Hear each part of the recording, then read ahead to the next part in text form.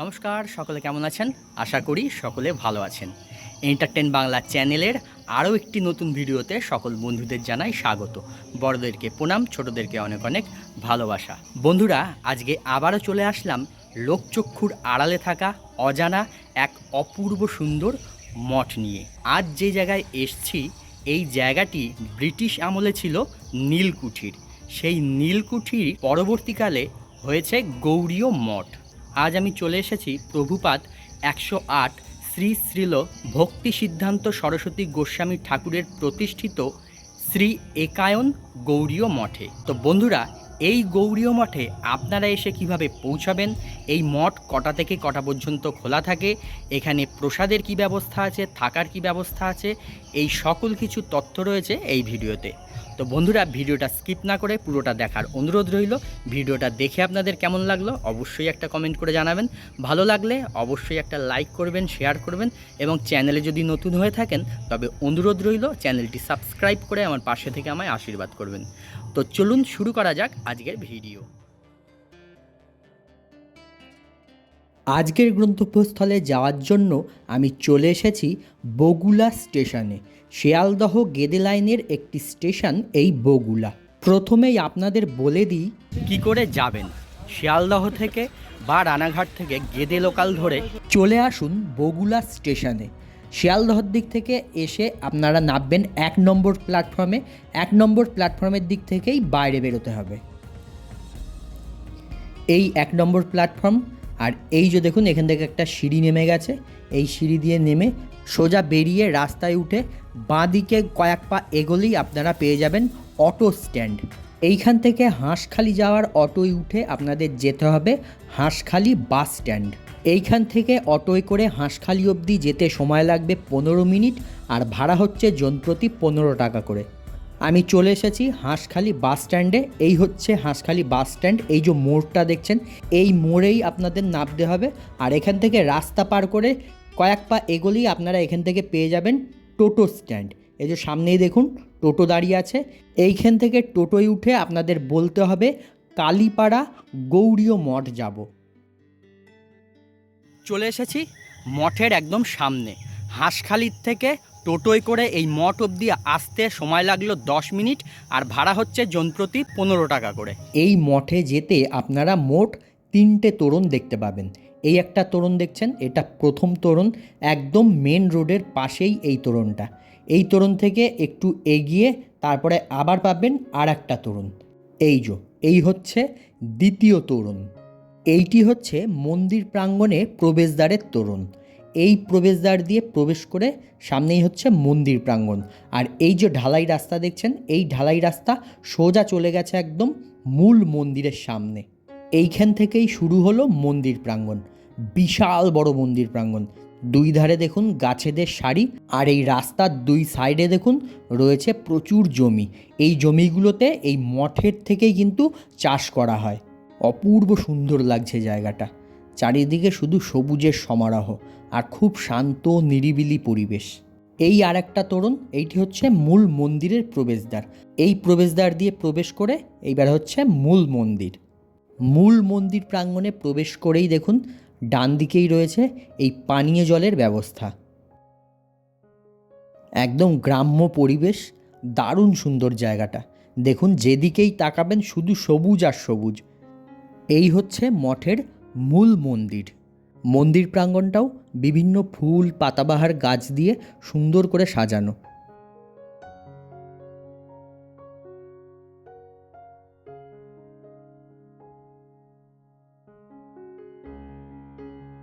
চলুন এইবারে মন্দিরে প্রবেশ করা যাক।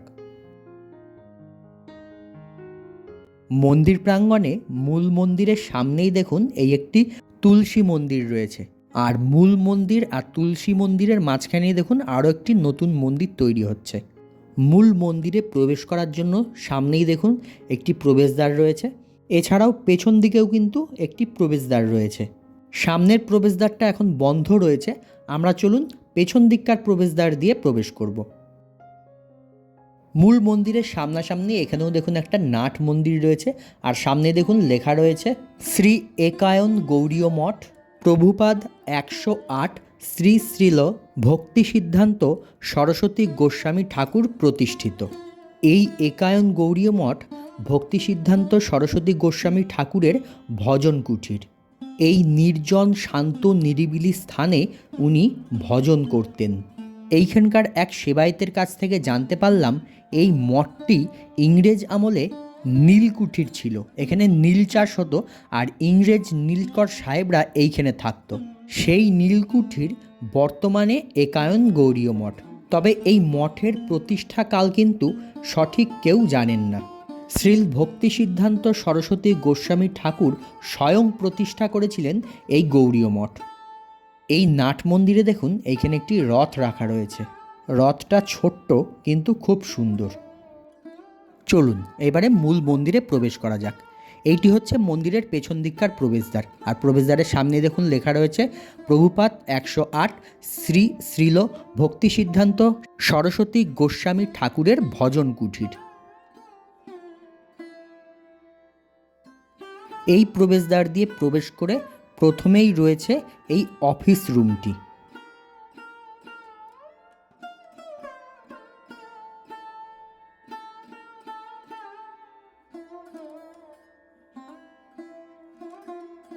আর এই হচ্ছে এই একায়ন মঠের প্রতিষ্ঠাতা প্রভুপাদ 108 শ্রী শ্রীল ভক্তি সিদ্ধান্ত সরস্বতী গোস্বামী ঠাকুরের চিত্রপট। আর এই ওপরের দিককার দেওয়ালেও দেখুন এখানে গুরুবর্গের চিত্রপট রাখা রয়েছে।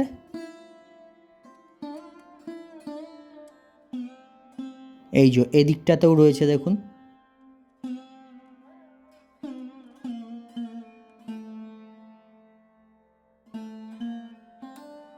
আর এইখানটায় দেখুন একটা আলমারি রয়েছে। আর এই আলমারির মধ্যে বিভিন্ন আধ্যাত্মিক গ্রন্থ রাখা রয়েছে।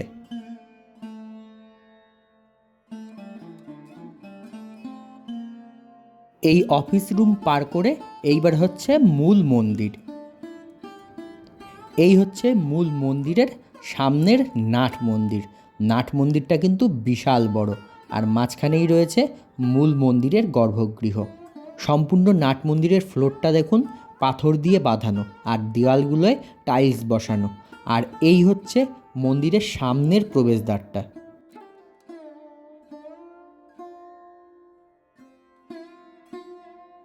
মন্দিরের এই সামনের প্রবেশদ্বার দিয়ে প্রবেশ করলে সামনেই এই নাট মন্দির পাবেন। আর পেছনের দিক দিয়ে প্রবেশ করলে প্রথমে অফিস রুম, তারপর এই মন্দির। নাট মন্দিরের এক পাশে দেখুন এখানে দুটো বড় চিত্র রাখা রয়েছে। একজন হচ্ছেন প্রভুপাদ 108 শ্রী শ্রীল ভক্তি সিদ্ধান্ত সরস্বতী গোস্বামী ঠাকুর। আর ওনার বাঁ দিকে রয়েছেন ওনার প্রধান শিষ্যের শিষ্য। তবে ওনার নামটা আমার ঠিক জানা নেই, আপনাদের যদি জানা থাকে অবশ্যই কমেন্ট করে জানাবেন। আর এইখানে দেখুন খোল, করতাল, হারমোনিয়াম সব রাখা রয়েছে। আর এখানে রাখা রয়েছে ভাগবত, গীতা। এই মঠে প্রতিদিন সন্ধ্যাবেলায় গীতা ভাগবত পাঠ হয় আর কীর্তন হয়। এই হচ্ছে ভগবানের মূল গর্ভগৃহ। আর গর্ভগৃহের সামনেই দেখুন পাথরের ওপরে এখানে একটা সুন্দর চিত্র করা রয়েছে। এটা কিন্তু পাথর কেটেই করা হয়েছে। কি নিখুঁতভাবে পাথর কেটে ডিজাইনটা করা হয়েছে দেখে মনে হচ্ছে হাতে রং তুলিতে আঁকা। মূল মন্দিরটা উঁচু বেদির ওপরে। আর মূল মন্দিরের যে বাইরের দিককার দেওয়াল, সম্পূর্ণ দেওয়ালের সামনে পেছনে সাইডে এরকম সোনালি কালারের টাইলস বসানো রয়েছে। কি অপূর্ব সুন্দর দেখতে লাগছে দেখুন।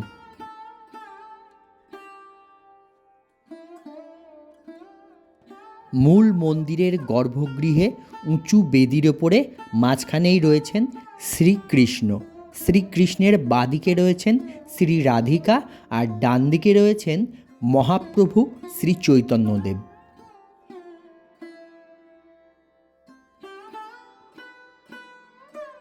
মহাপ্রভু শ্রীকৃষ্ণ ও রাধিকার দুই সাইডে রয়েছে গৌরনিতাইয়ের বিগ্রহ।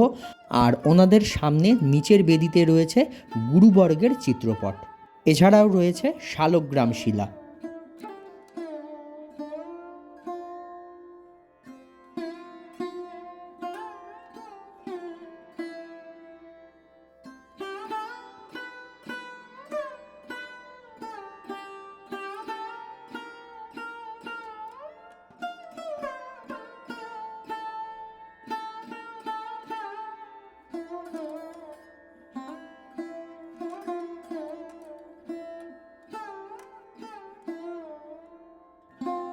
গর্ভগৃহের চারিদিক দিয়ে দেখুন খোলা জায়গা রয়েছে মন্দির পরিক্রমা করার জন্য। আর এখানে কিন্তু প্রতিদিন সকাল সন্ধে মন্দিরের সেবায়িতরা, মন্দিরে আগত ভক্তরা মিলে কীর্তন করতে করতে মন্দির পরিক্রমা করেন। তো আমিও একবার মন্দির পরিক্রমা করে নিচ্ছি, আর আমার সঙ্গে এই ভিডিওর মাধ্যমে আপনারাও মন্দির পরিক্রমা করে নিন।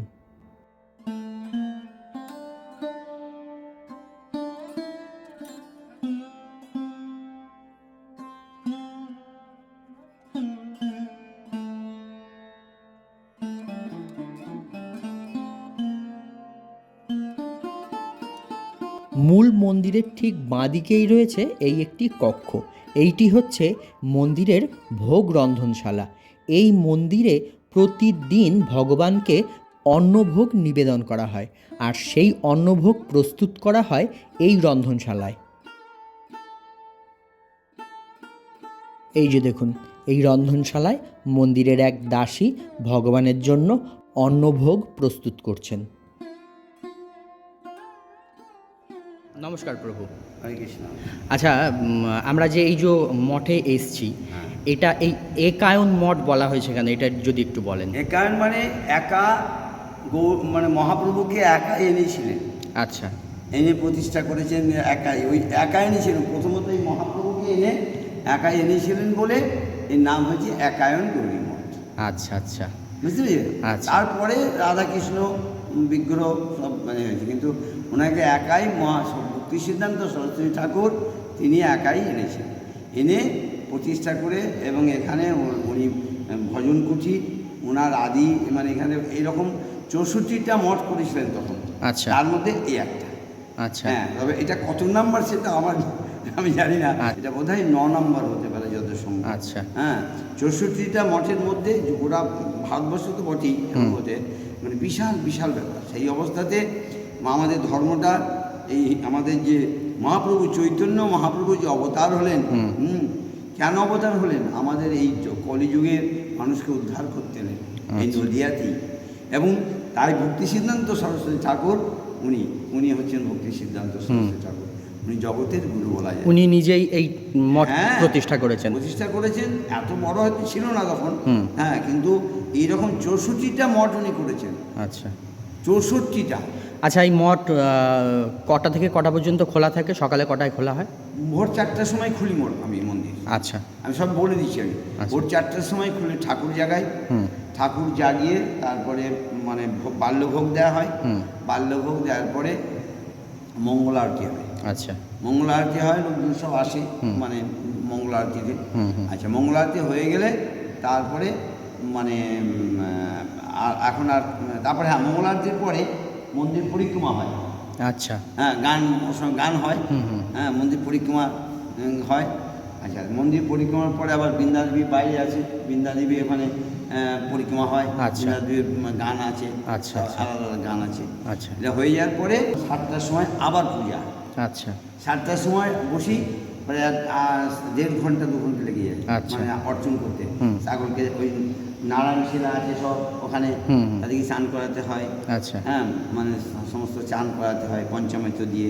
আর প্রতিদিন অন্নভোগ হয় তো? প্রত্যেক দিন 3বার ভোগ, 5বার ভোগ হয়। আচ্ছা, এই গোবিন্দের মানে রাধা গোবিন্দ বা মহাপ্রভুর 5বার ভোগ হয়। তো বললাম একবার সকালে হলো 4টার সময়, 4:30টার মধ্যে আরতি হয়, ফের আবার 7টার সময় তখন ভোগ হয়। হ্যাঁ, তখন অন্নের ভোগ দিয়ে, মানে অন্ন কিংবা ফল যাই হোক এটা দেওয়া হয়। হয়ে গেল, তারপরে আবার 11:30, এখন এই 11:30টার সময় 11:15টার সময় আবার অন্নভোগ হয়। অন্নভোগ হবে। আচ্ছা আচ্ছা, অন্নভোগ হয়ে গেল, ঠাকুর আবার আবার আরতি হবে, মানে ভোগ আরতি হবে। ভোগ আরতি, গান হবে, আরতি হবে। আরতির পরে ঠাকুরকে বিশ্রাম দিই। আচ্ছা, কটায় বন্ধ হয়ে যায় মন্দির? ওই মানে 12:30টার মধ্যে। 12:30টায় বন্ধ হয়ে যায়। আবার বিকেলে কটায় খোলা হয়? বিকেল 4টে থেকে পারফেক্ট টাইম। 4টার সময় আবার মন্দির খুলবো, খুলে আবার ঠাকুর জাগাবো, আবার মানে ঠাকুর জাগিয়ে ভোগ দেবো। কটা অবধি খোলা থাকে?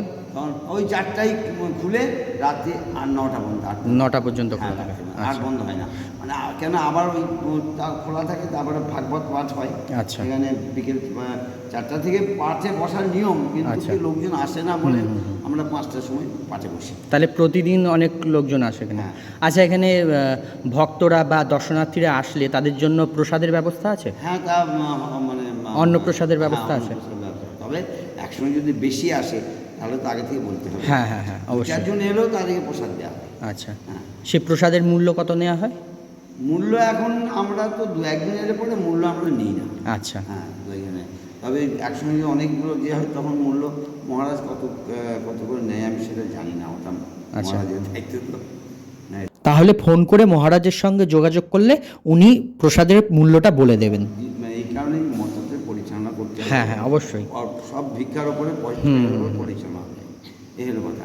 তারপরে আবার বিকেলে ওই সন্ধ্যা, আবার রাত্রেবেলাতে রুটি, তরকারি, দুধ, আবার রাত্রে মিষ্টি, যা ফল সব আবার রাত্রে। আচ্ছা, থাকার ব্যবস্থা আছে এখানে ভক্ত বা দর্শনার্থীদের? থাকার ব্যবস্থা মানে এই এখন কালকে এসে যেমন এইখানে থেকে যায়। আচ্ছা, মানে ধরুন বাইরে থেকে কেউ যদি আসলো, এসে যদি বললো যে আমি থাকবো 1 দিন বা 2 দিন, তার ব্যবস্থা আছে?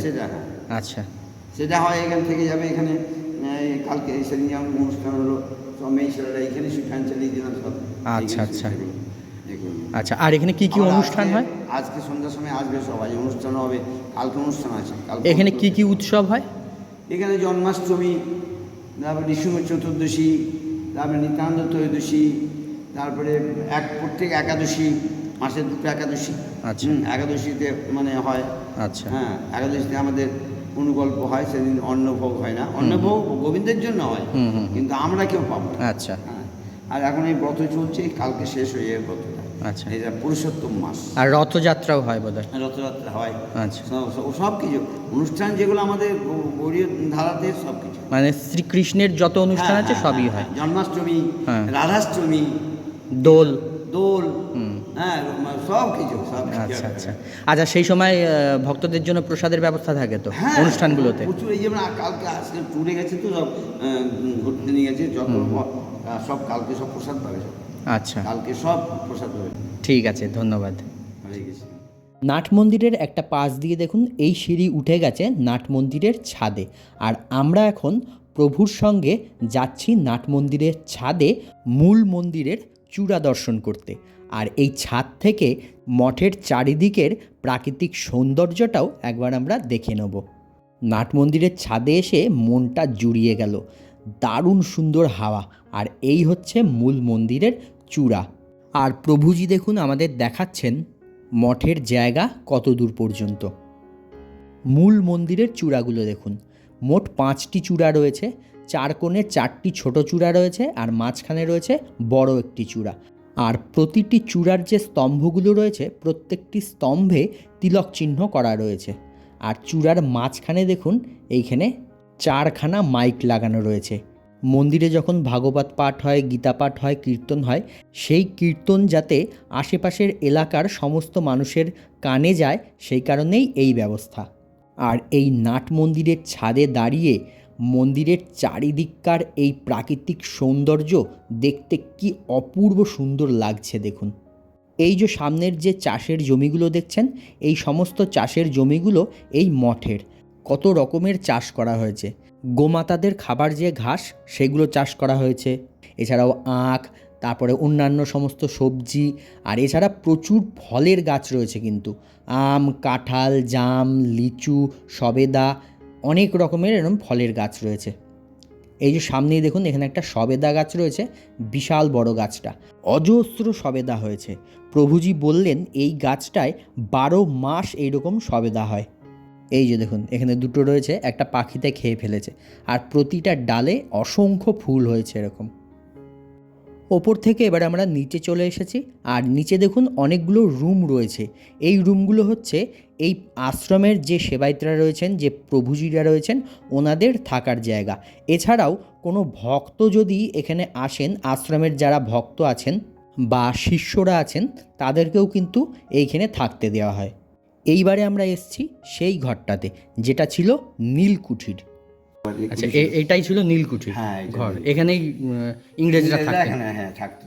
আচ্ছা, এবং এটাই আসল ঘর, এটা নীলকুঠি ঘর। এটা মানে এটা ভাঙা হয়নি? না, ভাঙা হয়নি, তার থেকে আবার প্লাস্টার করে করে সেই আবার, কিন্তু আবার সব ফাট ধরেছে ওগুলো। বহু আজকের ঘরে বহুত দিন। তো দেখছেন বন্ধুরা, এইটা হচ্ছে সেই নীলকুঠির যেখানে ইংরেজরা থাকতো। সেই নীলকুঠিরেই ভক্তি সিদ্ধান্ত সরস্বতী গোস্বামী ঠাকুর একায়ন গৌড়ীয় মঠ প্রতিষ্ঠা করেছেন। মন্দির দর্শন করে এবারে বাইরে চলে আসলাম। বাইরে এসে এই যে দেখুন, আমরা ওপরে যে সবেদা গাছটা দেখেছিলাম, সেই সবেদা গাছটা দেখুন, এই যে এইখানে হচ্ছে গোড়াটা, বিশাল বড় সবেদা গাছটা কিন্তু। আচ্ছা, এই দিকটায় দেখুন রয়েছে আরও একটি রন্ধনশালা। এই মঠে কোনো অনুষ্ঠানের সময় ভক্তদের মধ্যে প্রসাদ বিতরণের জন্য যে রান্না করা হয় সেটা এইখানেই হয়। এখানে দেখুন ওপরে টিনের শেড দেয়া একটা বড় জায়গা করা রয়েছে, আর ডান দিকে রয়েছে এই জলের ব্যবস্থা যেখানে হাত মুখ ধোয়ার জন্য। আর এই যে জায়গাটা দেখছেন ফাঁকা জায়গাটা, এইখানটাতে ভক্তদের বসিয়ে প্রসাদ বিতরণ করা হয়। আর এখানে দেখুন সব সবজি টবজি রাখা রয়েছে। আর এই দিকটায় হচ্ছে এই যে এখানে একটা টিনের চালা দেওয়া ঘর রয়েছে, আর এখানে দেখুন বড় বড় সব সিমেন্টের উনুন করা রয়েছে। কোনো অনুষ্ঠানের সময় এই উনুনগুলোতেই কাঠের জালে রান্না করা হয়।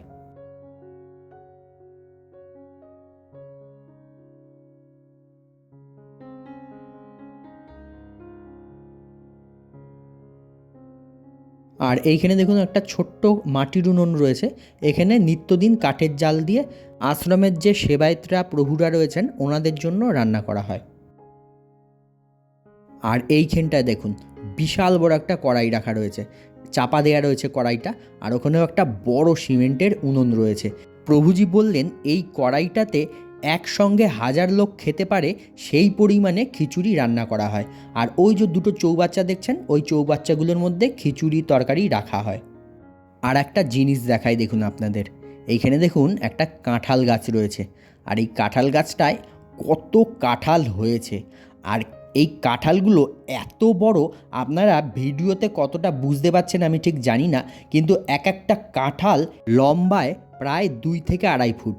বিশাল বড় কাঁঠালগুলো, আপনারা সামনে থেকে দেখলে ভালো বুঝতে পারতেন।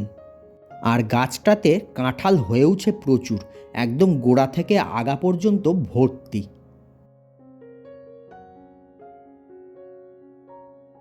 এই রন্ধনশালা থেকে একটু এগিয়ে এসেই এইখানে দেখুন রয়েছে সর্বসাধারণের জন্য শৌচালয়। এইবারে আমরা প্রভুজির সঙ্গে চলে এসেছি মঠের গোশালায়। প্রভুজি কিন্তু আমাদের ঘুরে ঘুরে সমস্ত মঠটা দর্শন করাচ্ছেন।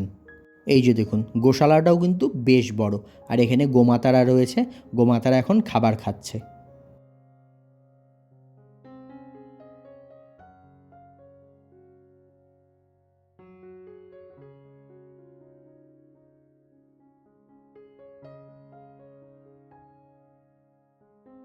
এইখানে দেখুন গোমাতাদের খাবার খড় রাখা রয়েছে।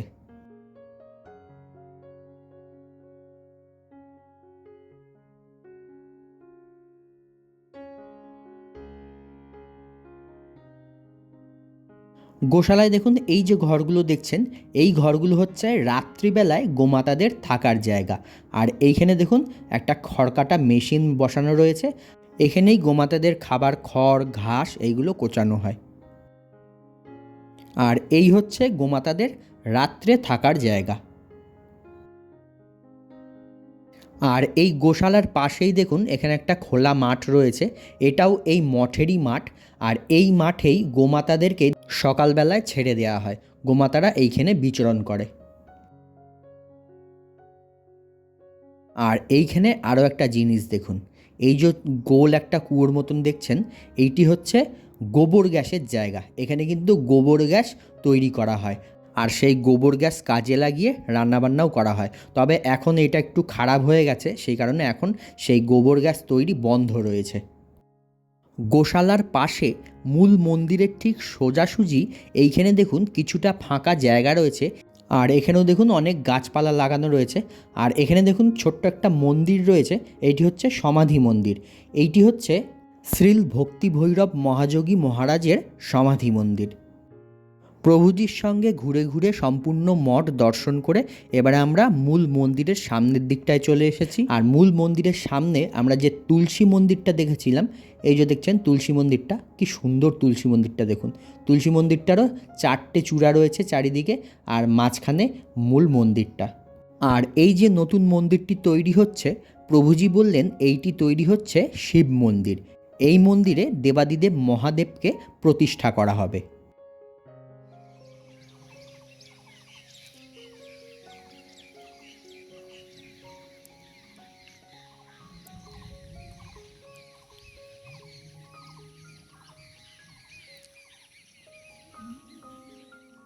তো বন্ধুরা, বগুলার কালীপাড়ায় অবস্থিত এই শ্রী একায়ন গৌড়ীয় মঠের ভিডিও আপনাদের কেমন লাগলো অবশ্যই কমেন্ট করে জানাবেন।